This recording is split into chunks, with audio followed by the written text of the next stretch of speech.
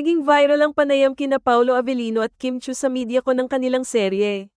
Tinanong si Paolo tungkol sa tunay na estado ng kanilang relasyon ni Kim.